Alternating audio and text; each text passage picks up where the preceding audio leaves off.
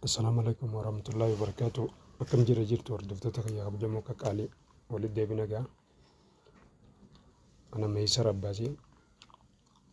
Meeysar Supplementary Clinicaliin gaa tajaajila wal'aansaa idilee fannoo irratti kan argamu iddoon teessoo keenyaa Harar Nookitti argamna. Kanaaf keessattuu Batalayyii Kintaarot daqiiqaa 30 keessatti bakka isaaf ilaalaa malatti wal'aannee walaba taasifna. Kottaa fayyadamaa isiniin jenna. Sa'a dabalataattis warroottan onlaayin fayyadamaniif mana isaanii ta'anii akka fayyadamaniif dawaalee mana keessaa akka fayyadamaniif barsiisuu irratti argama. Kanaaf gaa dhibdeen irra nuti irraa barsiisuu jiru dhibdee asmiiti. Sirna hargansuu wajjin kan wal qabatan jechuudha. Sirna hargansuutii wajjii rakkoo wal qabatan hundaa furuudhaaf asmii irraa ka'ee hafuuris cituun eegalee bakka ukkaamama adda addaa keessaa fi alattis kasii jiru hundarraa haalatti manuma kan kee keessatti waan mana kan kee keessa jiruun fayyadamtu irraa haasofnaa jechuudha. Kanaaf inshaallah gargaarsa rabbiitiin dawaa shan irraa haasofna. Kanaaf nu hordofaa isin jedha. Tokkoffaan shunkurtiidha. Basal jedhanii shunkurtii tana gaa diimtuma danfatti nama godhatu kana jechuudha. Afaan biyya keessa inni itti wal dhabuun mala. Shunkurtii jedhaniin kunoo isuma tana shunkurtiin. Shunkurtii tana hanga tokko fuuteeti.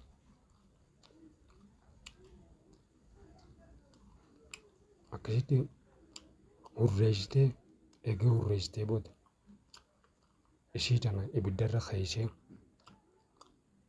shukkarnabaat jedhamu iddoo farmasii dawaa habashaatti gurguran jira.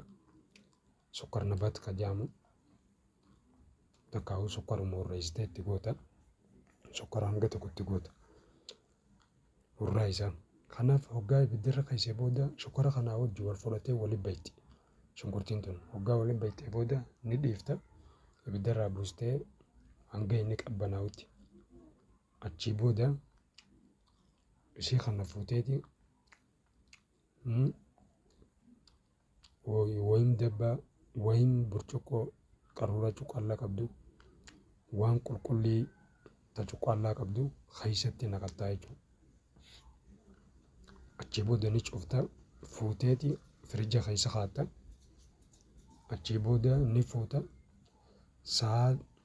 sa'a ganamaa fi galgalatti maankaa xiqqaa tokko tokko fuutaa jechuudha. Shunkurtuma tanaa fi shunkurtaa hurreesseetuma shukkaraas qiyaasuma isii ga'utti itti naqee waliin ibiddarratti bilcheessee jechuudha. Eegee bilcheessee booda fuuteeti qaruuraa keessa kaa'ata. Achii booda maankaa tokko tokko fudhataa jechuudha. Hanga guyyaa lamaa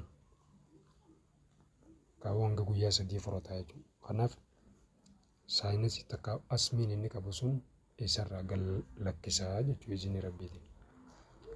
Dawaan lammaffaadha.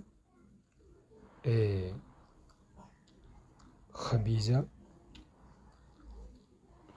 Alkhabiizaan kun gaa kun oolaa kanuma asirratti argamu kana afaan gandaa keessanitti gaa waan jaamuun suntu beeka.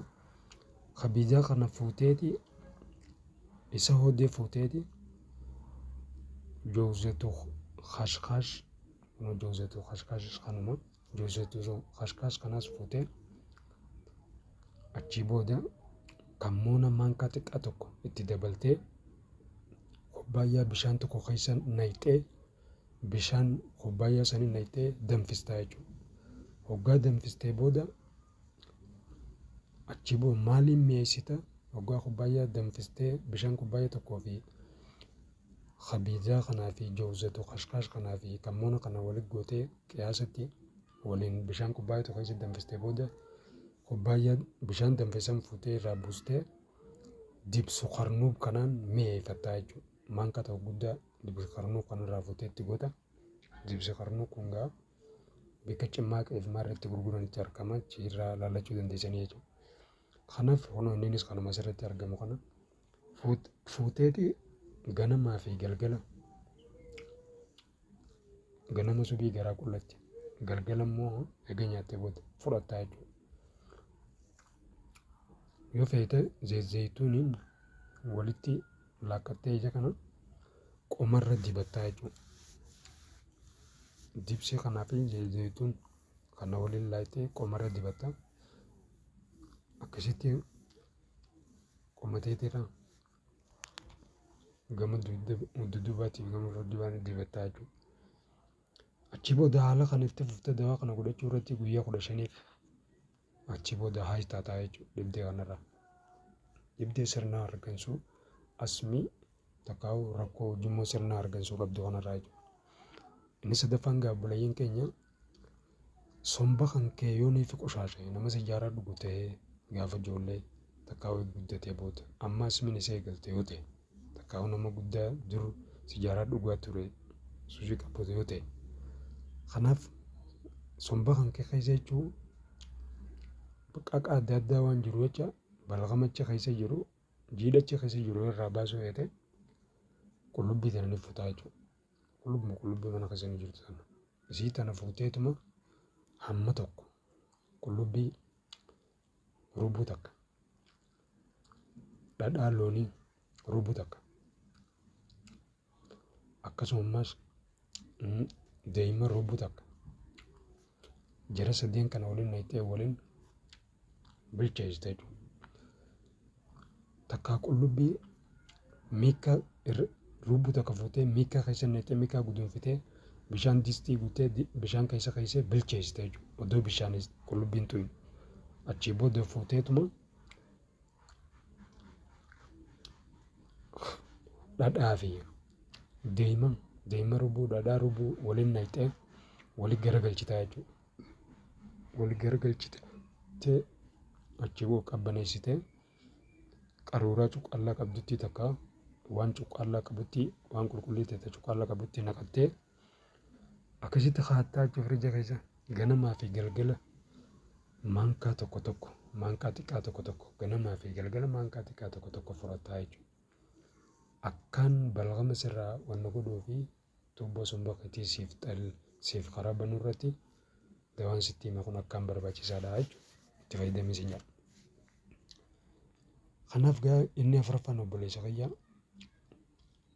dawaan sirna ujummoo rakkoo sirna ujummoo irra jirtu namarraa kaasu takkaa'u asmii namarraa oofu sirna hargansuu kan dadhabame namaaf banu dawaan isaa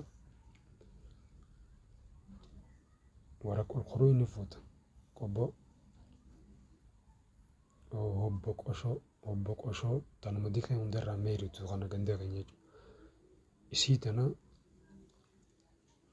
baala isii fuuteeti goggogsitee achii booda hurreessitee achii booda akka shaayitti bishaanitti danfistee bishaan akka shaayitti maankaa xiqqaa tokko itti gootee shaayii fayyadamtuu irratti maankaa xiqqaa tokko isa gootee fayyadamtaa jechuudha.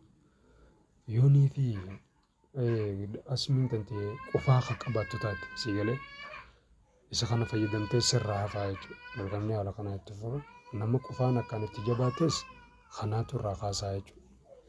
Hobbo qoshoo tana dikee irraa fudheetuma baalasii dhiqee goggoysee hurreessee maankaa tokko shaayii wajji ganamuu galgaluu fayyadamaa jechuudha. Hanga guyyootan hanga 7 takkaa guyyaa hanga 3 irraa dhaabbachuu danda'a qofaan. Hanga guyyaa 7 fayyadamuu danda'a. Sirna hargansuu akka qabus isuma tana fayyadamuu irraa banuu danda'a jechuudha.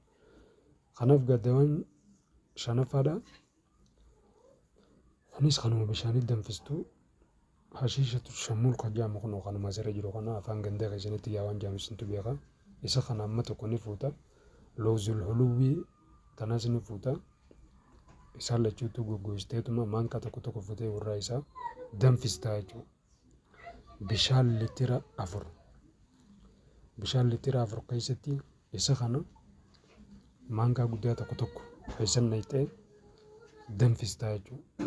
Achi booda eega danfistee booda sa'a garaagarummaa sa'a lamaatti fudhataa jechuudha. Garaagarummaa sa'a lamaatti fudhataa jechuudha. Garaagarummaa sa'a lamaatti abbuuqa takka bishaan kanarraa fudhattee garaagarummaa sa'a lamaatti abbuuqa takka bishaan kanarraa fudhataa jechuudha. Irraa gingilfattee.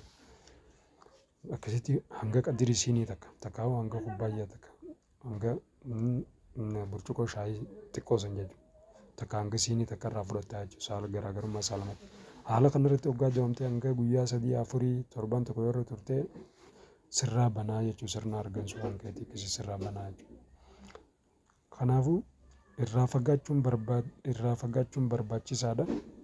Waan qabbanootuudhaa fi aaraa fi soogidda irraa fagaachuu qaba namni as jiru. Aara girgiraa mana keessa aarsan ejersa ta'uu wanna ta'uu hixaana ta'uu irraa fagaachuu qaba jechuudha. Irraa fagaachaa dawaan sistiimu kana yoo fayyadame waan asii nama kaasu irraa fagaachaa bakka qilleensi jijjiirame irraas fagaachaa mana sa'aatii deeman furu walitti cuqqaalame akka qilleensi seenna keessa taa'u irraas fagaachaa akkasitti dhukkee isa yaatu irraas fagaachaa haala kanaan waan soogidda qabduu fi waan qabbana qabduu fi waan aara qabdu irraa yoo fagaate akkasitti fayyaa jechuudha. Kanaaf karaa xumuraa immoo salatuma magariisa nuti fayyadamu kana cuunfiteeti juus gootee guyyaa 15f yoonii fi fayyadamu taate guyyaa 15f salataa juuzii ta'e maashiniin itti juuzii ta'e guyyaa 15f siiniidhaan guyyatti marraa 3 sa'a 6 irrattis ganamaas galgalaas akkasitti yoo kan fudhatu ta'e guyyaa 15f asmiini fayyisaa jaabaleessa kunoo gaatu kun hundinuu hoomuu mana keessanuu jiru jechuudha. Kanaaf akka irraa fayyadamtan abdiin qaba. Hedduu galatooma yaadaa fi gaafii qabdanillee nuuf dawwalaa nuuf barreessaa kunoo bilbila keenya liifii isaatii 24 banaa feetan miseejii bilbila keenya nu arguu dandeessan feetan nu dawwaluu dandeessan. Kanaaf gaafii keessummeessinee yaada keessanirra dhaabbannee furmaata isaa isiniif laaluudhaaf eegara bitiif qophiidha jechuudha. Kanaaf bakka jirtanii du'aa uumaa bichaa wanni nuti isinirraa barbaannu malee takka kafaltii nuun kafaltanii jechuudha.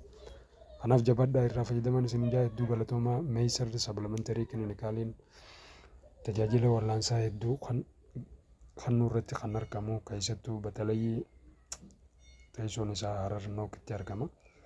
Kintaarot daqiiqaa 30 keessatti baqa isaaf ilaalaan malatti wallaannee wala bataasifna kottaa fayyadamaa isin jenna.